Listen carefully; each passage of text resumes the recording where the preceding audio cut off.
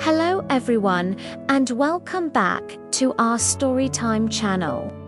Today I want to share a timeless tale with you, a story that has been told for generations and holds a powerful lesson about the value of honesty. It's the story of the three axes. So find a comfy spot, relax, and let's dive into this wonderful adventure together. Once upon a time, in a small village nestled by a vast forest, there lived a young woodcutter. His life was simple and often hard. His parents had passed away when he was just a boy, leaving him with very little. His most prized possession and his only tool for making a living was a sturdy iron axe. Every single morning, he would venture into the quiet woods, the axe resting on his shoulder, ready for a long day's work. He would chop firewood, bundle it up, and carry it back to the village to sell it. It was just enough to buy food and keep a roof over his head, but he never complained. He was grateful for what he had and worked diligently every day. One particularly sunny afternoon, he found a perfect spot to work, right by the bank of a wide, flowing river.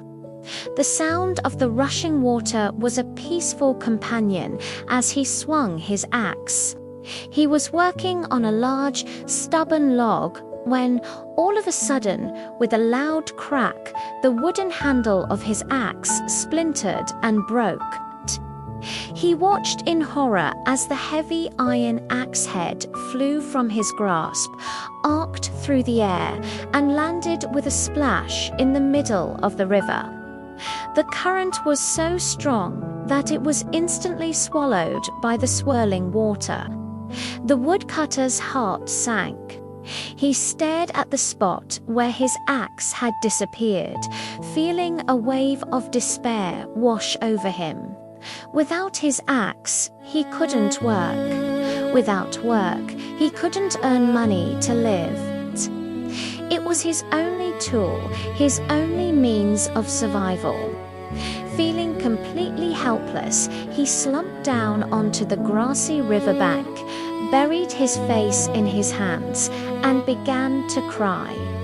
His sobs were quiet at first, but soon they echoed the sad sound of his lost hope. Just as he felt all was lost, a gentle ripple disturbed the water's surface in front of him. A figure emerged, not from the bank, but from the river itself. It was an old man with a long, flowing white beard and kind, twinkling eyes.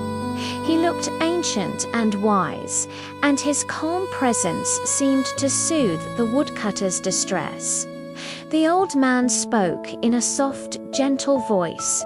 "Young man, why do you sit here weeping so sorrowfully? What troubles you so deeply?" The woodcutter, startled but also comforted by the old man's kindness, wiped his tears and explained his predicament. He told the old man about his iron axe, how it was his only tool, and how it had just fallen into the deep, fast-moving river. He explained that without it, he was lost. The old man listened patiently, nodding his head with understanding. When the woodcutter finished his story, the old man smiled warmly and said, "Do not worry, my boy. I live in this river. Let me see if I can find your axe for you." And with a graceful movement, he dove deep into the water, disappearing without a sound. The woodcutter watched, holding his breath, a tiny spark of hope igniting in his chest. A few moments later, the old man resurfaced, holding something that glittered brilliantly in the sunlight. In his hand was an axe, but it wasn't just any axe. This one was made of pure, shining silver. It was beautiful and clearly very valuable. The old man held it up for the woodcutter to see and asked, "Is this magnificent silver axe the one you lost?" The woodcutter looked at the beautiful axe.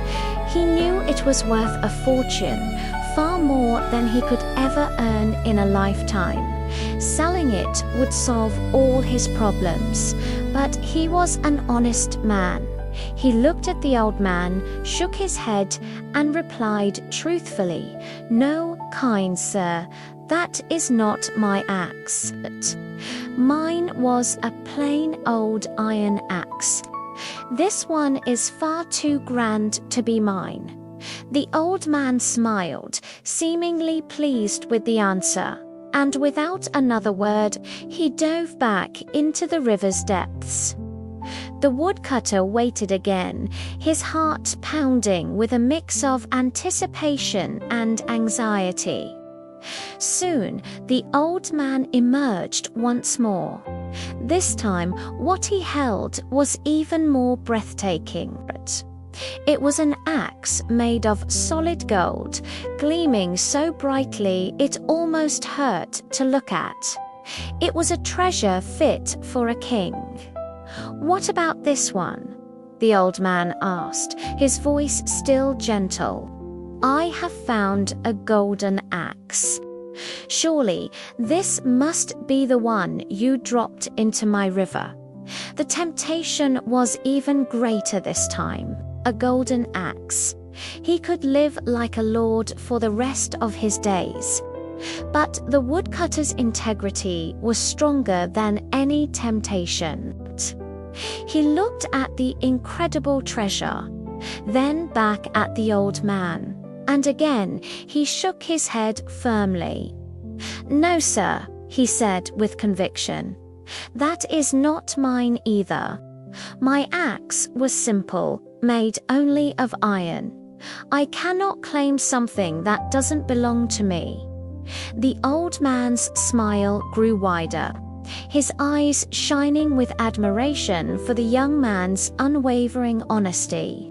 For a third and final time, he plunged into the cool water. But when he came up this time, he was holding a familiar, worn-out tool. It was dark, a little rusty, and had a broken handle shaft. It was the woodcutter's lost iron axe. "Is this it?"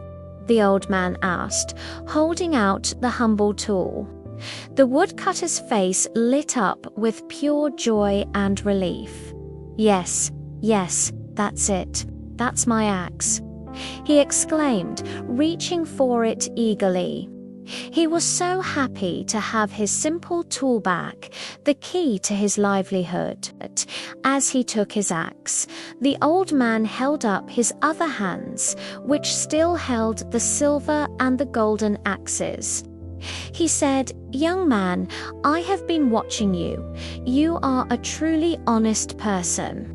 You were not tempted by silver or by gold, even when you were in desperate need. To reward your wonderful character and your truthfulness, I want you to have all three."